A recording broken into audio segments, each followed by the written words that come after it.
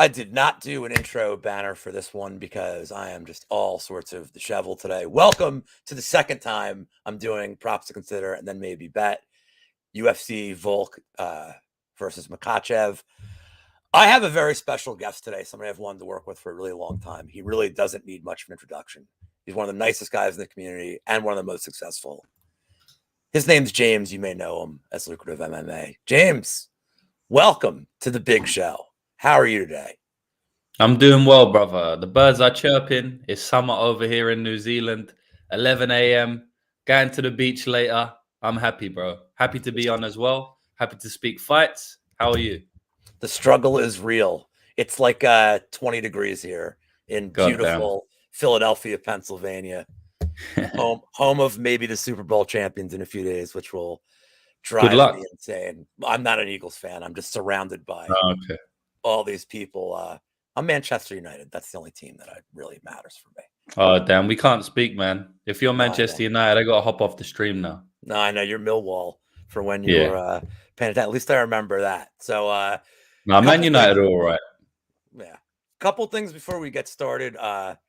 You've been making some videos lately that I don't know if they're flying under the radar, but they're really interesting because they're not about how to make the best bets. You've been focusing more on like the mindset of how to be successful as a gambler. I just want to talk about like what inspired you to start taking those approaches. And then I have a follow-up from something you did a while ago that I thought was impressive. But what inspired you to start making those kind of videos for the community?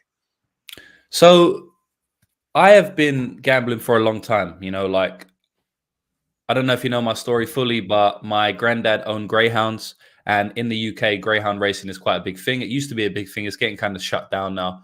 But it's quite a big thing, right? And the only reason people go to watch greyhound races is to gamble on them. So greyhound racing is synonymous, just like horse racing, with the gambling industry.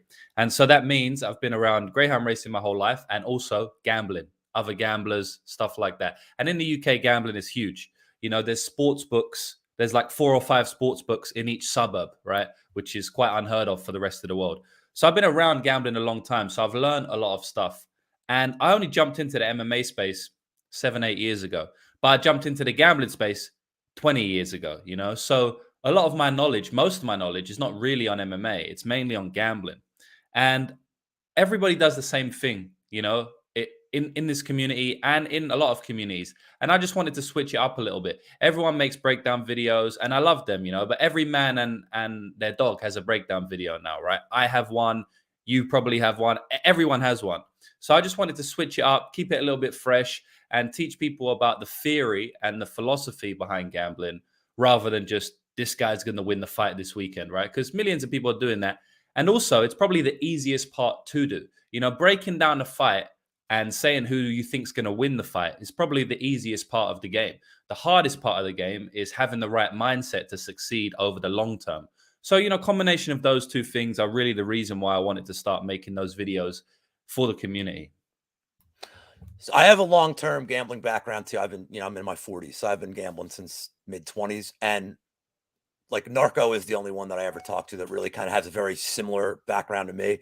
We come from a poker background, even more than a sports betting background. So this leads into my other thing that I was going to ask you is a few months ago, I believe you were traveling, but you were putting out videos. And one of the things that struck me, especially because I played poker for a few months traveling, like I'd taken time off work and played. And it's not just enough to be a good technical player. It's not good enough to run good.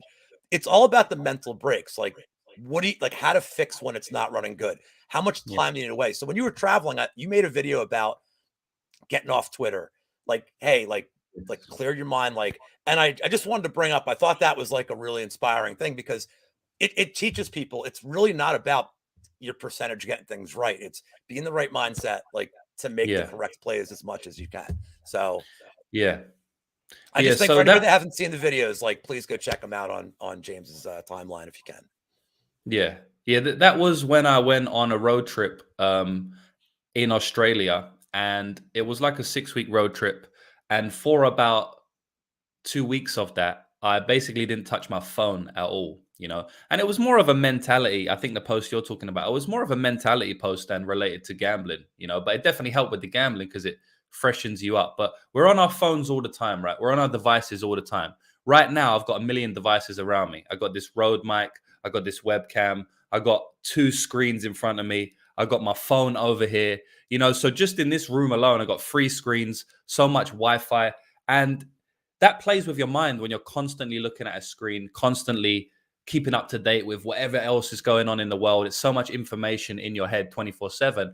And, as humans, that's not normal for us. Like we haven't evolved to look at screens 24/7.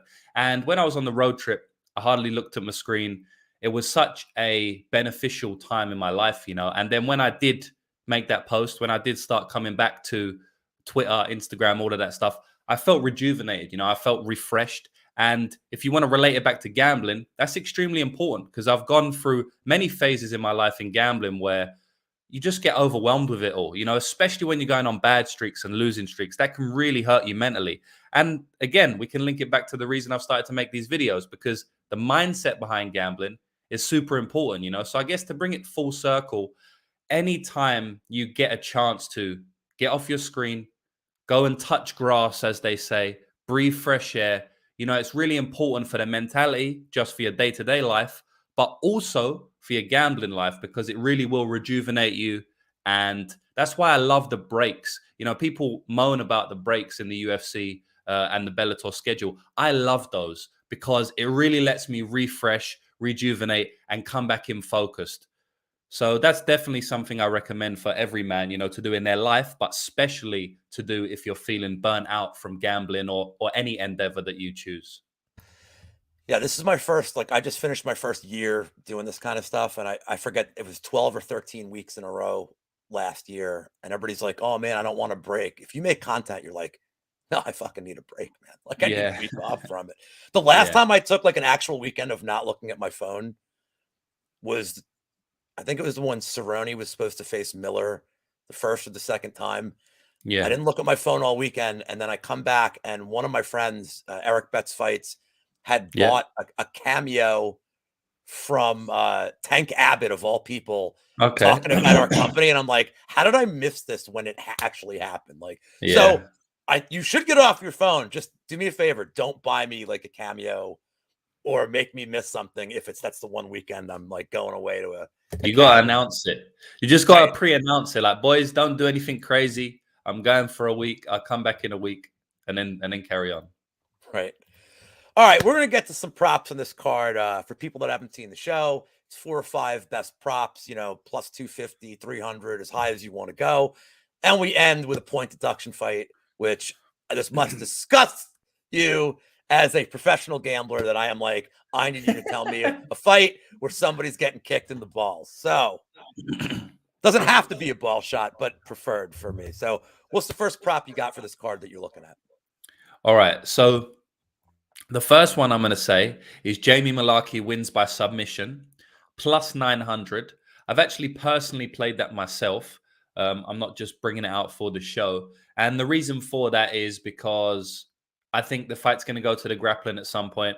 Both of them like to get takedowns. Prado hits really hard, so I think Mullarkey's going to shoot takedowns here.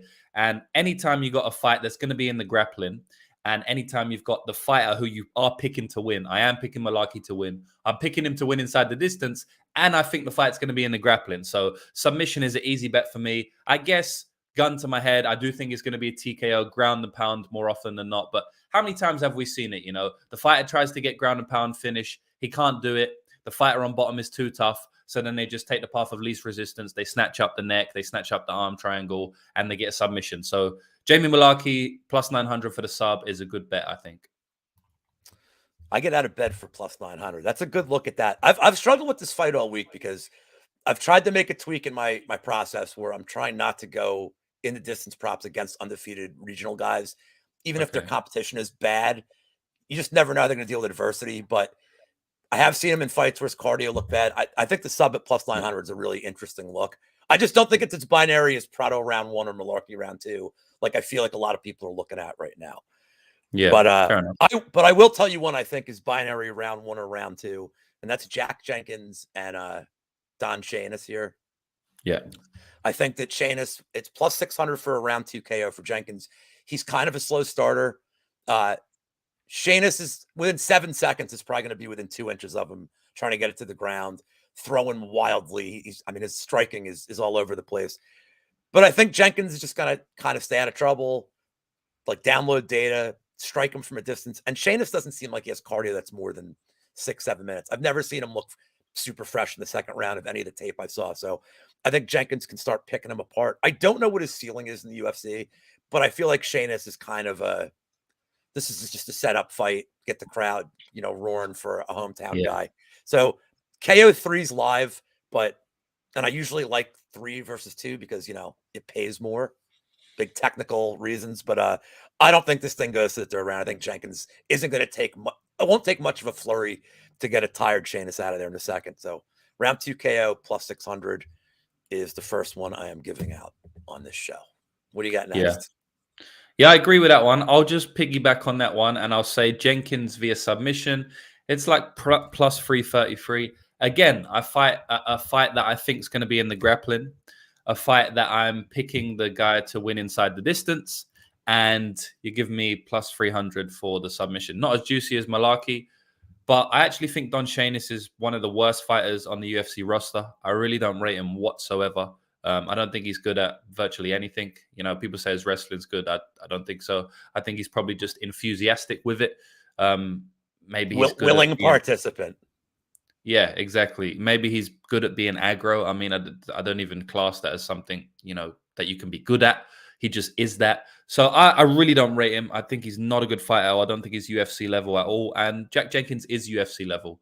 So we'll go with Jack Jenkins via submission. Again, gun to my head, probably TKO KO, because I do think ground and pound's a little bit more live just from the way I see Jenkins fight. But Sheamus got subbed in 30 seconds in his last fight. He's going to stick his head into multiple guillotines. He's going to push the grappling so hard. I think Jack Jenkins via submission is very live in this fight.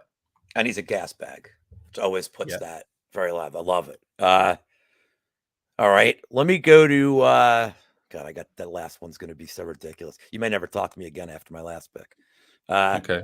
Let me stick with the round 2 KO theme, and let me go with the guy I'm most excited to see on this card. And that is Jack Della Maddalena, round 2 KO, plus 500. I have 2 reasons for this one. One is the simple reason that Brown's been KO'd. Last 2 times been knocked out, it's been in the second round. The other one is this is a really interesting stylistic challenge for Maddalena. He's never faced a guy at the size with the kind of skill set in terms of like the awkward, like elaborate types of ways that Brown tries to set up submissions, the way he keeps his distance. I think it just is going to take Maddalena a little bit of time to find the range. But once he does, Brown always seems to have a point in every fight where his hands are down, where he starts doing goofy stuff. And I don't think Maddalena needs more than one like combo to really get him out of there. His boxing's so good. He's like an old-timey like 1930s boxer. Like, I'm here for it. I love the way, like the style, the way he looks.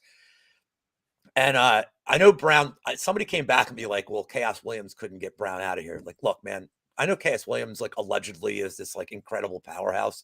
He's living off a meme knockout from years ago still. Like, Chaos Williams is not like absolutely running through people right now. Maddalena is the truth. I just think it takes him a little bit to find the range. And Brown is like, I don't know how I can never tell how I really rate Brown, but he's kind of hard to game out because he's got such a unique skill set, especially for the division. So taking the poke on Della round 2. I got to imagine you're rooting for Jack Della in this fight. Yeah, I am rooting for Jack Della. I love Jack. Everyone loves Jack, right? Who doesn't like Jack? I saw a post, someone said Randy Brown called him Kangaroo Jack, which is quite funny. But I think he's going to make him pay for that, man. I actually was, I'm just making these up as I go along because, I've taped all the fights, so it doesn't take me long to find some value here. But I was actually going to give Maddalena round 2 out as one. But what I'm going to do instead, keep it exciting for the viewers, don't just double up on things.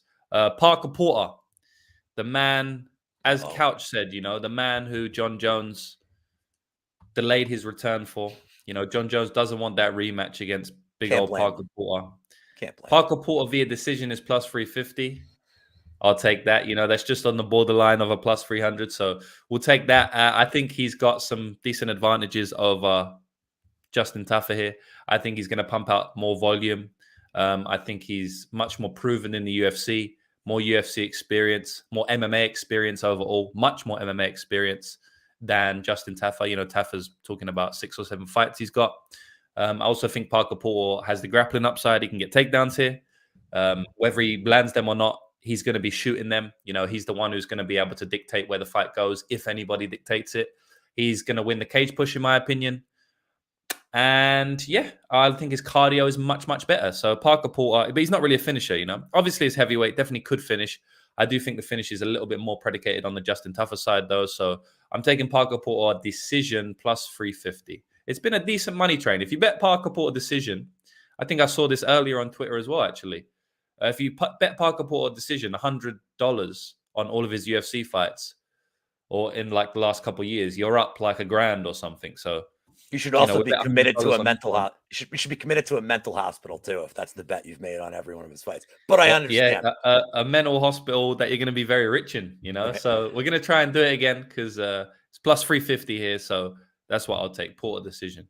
I'm going to get back to that fight shortly because I have my plan up. I'm gonna go to one that I talked about with my friend Shark yesterday that I was leaning toward, and the more we talk about it, the more I really liked it. It's not a prop show without a split decision prop. Bagdasarian Kulabau split plus 500. It's plus 900 for Kulabau. It's plus 1,000 for Bagdasarian. I like watching Melsick fight. I do. Colin Anglin is kind of, I don't know if he's UFC caliber. Other than that, he hasn't shown me that he's like a really explosive finisher on the UFC level. But what he does have is he has power and he has great leg kicks. Kulabau's been good to me traditionally. I think I know the kind of fight we're going to get from him. He should be darting in and out, just pitter patter, get out of Melsick's range, try not to get leg kicked. I think this is a fight where I think it's going the distance because Kulabau's pretty tough, and Kulabau's not getting Bagdasarian out of there. I think it's going to be minute winner, which is going to be Kulabau versus Melsick having the big moments with the heavy kicks. And I think it's going to be kind of, unless there's like massive damage, unless Bagdasarian really compromises Kulabau's leg, I think we're going to get these dicey rounds where like the volume favors Kulabau big time, but there were 2 or 3 memorable moments in each round that went to Melsick. So I'm going to play the split here, plus 500, and both sides of it, plus 900 and plus 1,000. Okay. I'll be clenched for 15 minutes on that Melsick could land one bomb and end that one, but you know. All right, what do you got next before I give you my real thoughts on the Porker fight? So, how many have I got left? To you. Up to you. 1, 2, 12. It's up to you. No rules here. All right. Well, we will go with. Let me see what the odds for this is. I can already tell this is going to be good if we're this kind of level of contemplation. This is a good one. Trust me, this is a good one. I don't know if it has it in. We need the double chance prop. You know the double chance prop where you can do fighter wins by decision or KO or submission or decision. Which one are you looking for? I got it up. Volkanowski by KO or decision. What are they giving me for that one? They got to give me at least 500 for that. They give me 500. You said KO or decision? KO or decision. Plus, well, this is DraftKings. It's not maybe not the best line, but plus 340. Fuck it, we'll take it. I think my boy Alexander Volkanovski's doing it this weekend. Little disclaimer: if you're gonna bet him, just bet the plus 300. You never know. MMA's crazy. You might get some strange club and sub type thing. Rodolfo Vieira submitted Fluffy Hernandez submitted Rodolfo Vieira. So don't get too cute if they're already giving you 300. My boy Volkanovski's doing it this weekend. It's the best time to get rich. Alexander Volkanovski's coming away with the belt. So, yeah, I like that prop there, plus 340. So you said something last night on Couch Warrior Show that I think is important here because the world is on Makhachev this weekend. Yeah. If I'm not quoting you correctly, let me know. But I think I got this. You said we're never going to get a fighter this good at this price, like ever again. Yeah, and that there's so much truth to that. You're not. This guy is like GOAT level fighter, and we're getting plus 300 is incredible. I mean, we didn't get half this on Oliveira, which is like, I mean, I understand like his striking was like Makhachev was the way better striker in that fight. Not going to be the case here, but uh, I mean, I love it, and I love Volk. Like, I mean, look, I can talk about the smartest bets I can make, but truth be told, if I can't stand the fighter, I don't want to bet on him.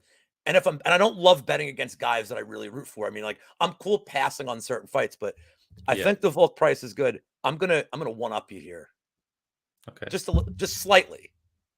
I'm gonna say Volk round 5 KO at plus 12,000 odds.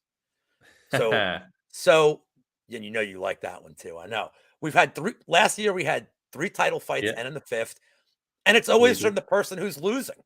They know they have Yeah. to come out. They know they have to And the get, challenger every time. and they're down 3 rounds to 1 at that point. I mean, we saw Yeah. Edwards. He had to land a knockout shot. If Volk's in this fight, I mean, the dude's cardio is great. The dude's toughness is legendary. If he knows he's down 3-1 or 4-0, you Yeah. don't think he's swinging for the fences all 5 He minutes. is. Yeah. So plus 12,000 odds is for this kind of bet. I mean, any kind of other main event that you see in a title fight. I don't know what Edwards was, but had to be half of this. So Yeah. I'm taking the crazy shot at plus 12,000. I did have a bet that was, I didn't realize that was going to be my highest bet on the board, but it is. And if you got one more, let me know, and then I get to talk about Parker Porker. I like that bet, man. I think this fight's ended in a 4th or 5th round. Just when I envision the fight, because a lot of people are talking about the overs this weekend, but then a lot of people are talking about the fight doesn't go. You know, the actual under 4-5 where it's set. I think it was set at 2-5. It moved to 3-5, but I actually do think this fight finishes probably 4th or 5th round by either fighter. You know, I feel like Makhachev either wears him down, gets a submission, or Volkanovski is still there and wears him down as well. Defending takedowns, footwork, stuff like that, just piecing him up for 3-4 rounds and then gets him out of there. So I don't mind that. Little degenerate shot if you want to play like Islam round 4-5 and then Volkanovski round 4. That probably both comes to like plus 3,000 or something. You know, if you combine all of them. So that's not a bad look on the fight. 30 unit bet on the round 5, round 4. Yeah, and look, I want to say like this is all about odds. You know what I mean? Like you don't have to bet this. I understand not wanting to fade Makhachev. It is what it is. One of the best fighters we've ever seen. Just one of the strongest fighters we've ever seen. Like strongest skill set. But I think plus 300 is disrespectful. So we'll see how it goes this weekend. You know, very well could lose, but we're in the game to lose, but then win more when we do eventually win, right? I cashed Jalen Bates at plus 300 last weekend, right? You got a better number. I got him at plus 260. You got a better number, but great bet. Really, really good bet. And what that means is that you made 260% profit, right, on the money you put down.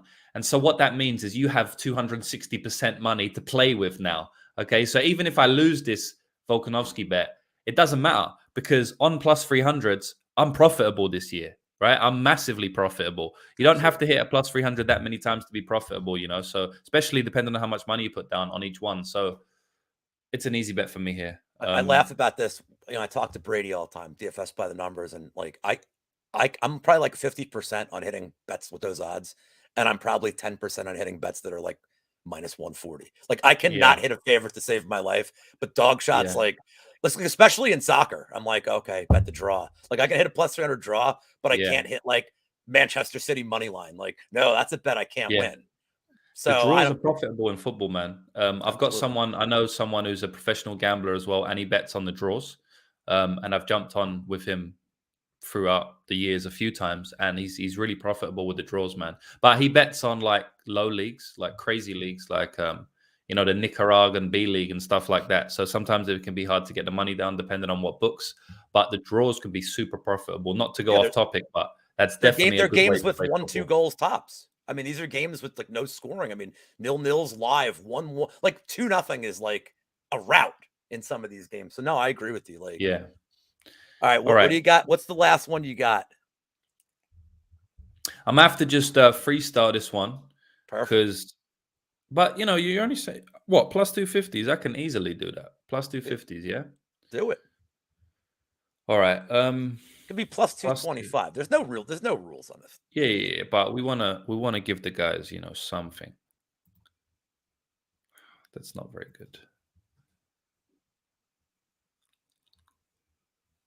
All right, you know what? I'm gonna go with Tyson Pedro in round one. I hate to do it because Tyson Pedro's not got a great gas tank. I kind of did want to fade him this time out. Actually, I was almost certain I was going to fade him, but once I've done more tape with it,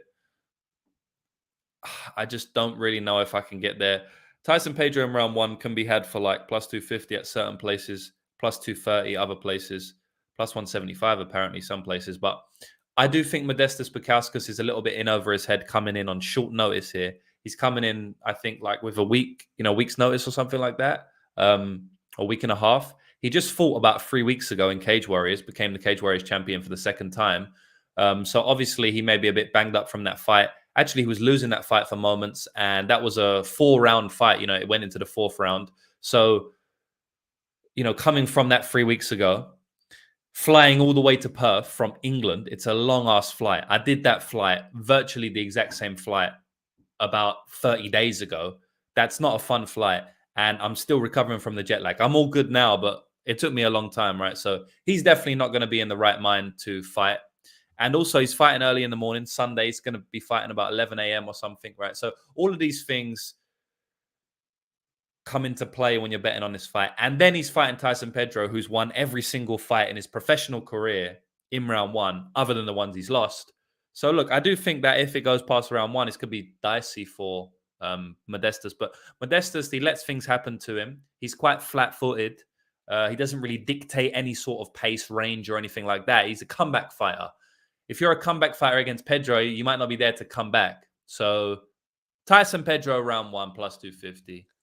Let's go. I know he's been a very popular dog this week, so I do think Yeah. Pedro blows him out in round one. But I want to add that I know this isn't a prop for the show, but I'm going to be very curious at what Bukauskas' line is live after round one. We know Pedro he doesn't win out of the first round. If you're going to give me like plus 500 or better, and Pedro's starting to look like he's tiring, I may have interest. It's going to depend on the first round. I mean, look, if Bukauskas just takes so much damage, it's like untenable. No. Yeah. But I mean, if it's somewhat competitive and you give me plus, I don't know if it's somewhat competitive, I'll get that number. But if he takes some damage, but he looks all right, I don't know, plus 500 will be tolerable. And the thing about Pedro is that he looked completely different in his last fight. So he was extremely patient in his last fight against Ike Villanueva. I bet on him in round one there at like plus 110 or some shit. And it was looking like it wasn't going to hit. I was like, I bet under 1.5 or something at like minus He 200. took his time. He took his time in the first round. He was so slow. He was so patient. Like he just didn't want to do anything. I don't know if he's preserving his gas tank. He's trying a few things out. He took a little bit of time off and stuff. So he's coming with a new game plan or whatnot. But that is a bit risky, in this fight because he's known to knock people out in round one. To submit, I think he can submit him in round one as well. So if he does overcorrect that much, I think Pedro could. Bukauskas could be a good live betting spot for sure. All right. Well, I'm going to get to my last prop, but my last prop is also going to take me into the yambag shot. So I'm just going to cover it all in one shot. I mentioned him before. Yeah. Sometimes a fight comes along that makes me very happy what I do for a living. This is not that fight. Parker Porter against Justin Tafa. So I'm playing the yambags because it has. So Wheezy and I have concocted a science behind this statistically. And it has two things that I love that check the boxes. It's Southpaw versus Orthodox, so the stances are open, and it has Parker Porter in it. Like, that's all I need. Like, those two factors make me happy about this. Toph is a gas. When I see guys that are gas bags, that's interesting. When I see a guy that has takedown potential against gas bags, the cage grabs become alive. Like the finger poking to stall becomes alive. So not only am I betting the yambags here, I'm betting the draw at 50-1. And there's two ways I could see this playing out. Tafa 10-8s him in the first, which is crazy live, the way Tafa throws punches. If Porter can survive the first, 10-8s live. And I expect, like you said before, as this fight goes on, Porter should have the better cardio. Yeah, his technique's sloppy, but Tafa, it may just be a matter of pushing him over to get a takedown at that point. might be so gassed. So, and I bet enough Porter finish props in that Alan Badeau fight to never bet him by finish again. So could Porter win the second 2 rounds 10-9? Sure. But if I also think there's a point deduction, any fight that I'm betting a point deduction, I'm betting a draw. Because that's when you get those funky looking weird scores. So yeah. if you don't want to talk to me again after, I know my broadcast, I know my partner on my Friday shows already said, don't you dare talk about this fight on the show. I'm like, the whole show is all I'm talking about is this fight. Plus 5,000 on the draw, plus 2,000 on the yambags. I wish I could same game parlay them for like plus 80,000, but there's no way they'll let me do that. So I'm asking you to come down from the mythical perch that I have you on as a gambler and indulge the people in your favorite yambag bet of this card. Of course, I'm happy to oblige, man. My pleasure. At the end of the day, we've all got that degenerate spirit inside of us if we're gambling, no matter how righteous you want to look, you know? So I'm happy to do this one. I think I'm going to choose Josh Emmett versus Yair Rodriguez. Ooh. So if you look back to Yair Rodriguez's last fight against a comparable fighter to Josh Emmett, we get Jeremy Stephens versus Yair Rodriguez. And Jeremy Stephens is a pressure fighter, walks forward, throws heavy bombs. Like Josh Emmett. If he walks forward, Yair Rodriguez is not going to like it. Yair Rodriguez does not want to be in the pocket with Josh Emmett. What's he going to do?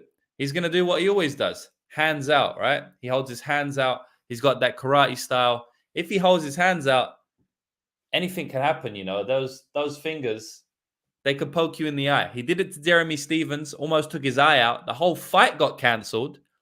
It'll be kind of annoying if you bet a point deduction in that one because it should have been a point deduction. Instead, the whole damn fight got cancelled, you know. So I'm hoping that doesn't happen here. And even in the rematch, it was very there was a lot going on, you know. There's going to be a lot of kicks flying, right? There's going to be hella kicks flying. Yair Rodriguez is a bit taller than Josh Emmett. So I love how I'm giving this super technical breakdown on this point deduction. Hey, man, but it's fun. Yeah, it is fun. So there's going to be loads of kicks flying. And you know what happens when kicks fly? Sometimes they can land beneath the flies, right? So there's definitely a chance where Yair Rodriguez kicks Josh Emmett or pokes him in the eye. And also, we got 25 minutes, you know, so that's another thing you have to take into account. Justin Tafa versus Parker Porter, that goes for 15 minutes. We've got an extra 10 minutes for these guys to cash us our plus 10,000 or, you know, whatever it is for a point deduction. So I'm going for Yair Rodriguez to go for a eye poke or a nut shot, or Josh Emmett to just do it because he's so pissed off because he's been picked apart for 4 rounds. Plus, we could get, you know, Division I wrestler Josh Emmett throwing a couple of takedowns in and maybe he catches him off guard, grabs the cage. Oh, I love it. That's funny. All right. We got the yambags. Well, that takes us to the end of the show. Guys, if you're watching, please like the video, subscribe to the channel, all that whole rigmarole that I'm supposed to say. I know you've been busy this week. Tell the people where they can find you and what you're up to the rest of the week.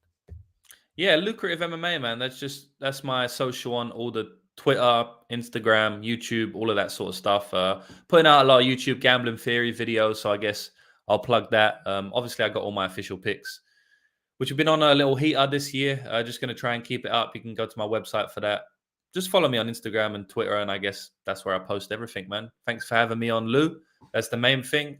Good chatting with you. First time we've done a proper stream, just me and you.